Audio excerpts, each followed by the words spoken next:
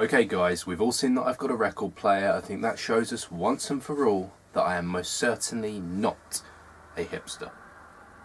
Hang on, what? Christmas has come and gone. Did you have a nice time? What did Sandy Claus bring you? Let me know in the comments. Or don't. I don't care. After Christmas comes New Year, which is also thankfully gone. I didn't go out on New Year's Eve this year. Instead, I stayed in with my parents and some of their friends and had food and a quiz that what I had done making of specially for them as a 2012 quiz to see what they had picked up through the year and paid attention to. They were all rubbish at it. Some of you may be wondering what my alcohol consumption was like that evening. Fortunately, I have this handy graphic to demonstrate.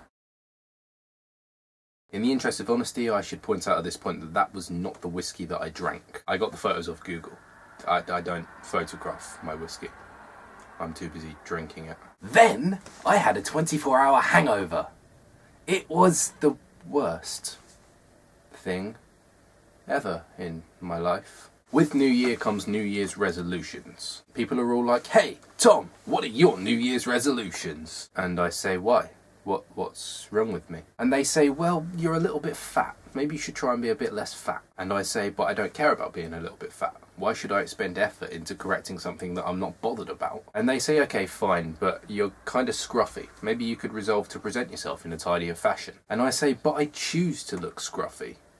It's a decision that I've taken in my life." I mean, the real life reason is because I think that people might think I'm some kind of eccentric genius if I look scruffy. And they say, "Well, fair enough, but you're pretty grumpy. Remember you went to that party just before Christmas and that girl that you haven't spoken to for 2 years came up to you and said, 'We're friends on Facebook, I read your statuses, you're the grumpiest cunt in the world. Maybe you should try and show people that you can be jolly as well.'" And I say, "But come on, we both know that that's just an act and that I'm actually quite laid back and cheerful in real life." And they say, "Right, yeah, of course, but why don't you?" And then I say, "Who the hell are you to try and tell me what I should be changing about myself? I'm fine how I am. Why don't you sort out your own pathetic existence rather than picking on me?"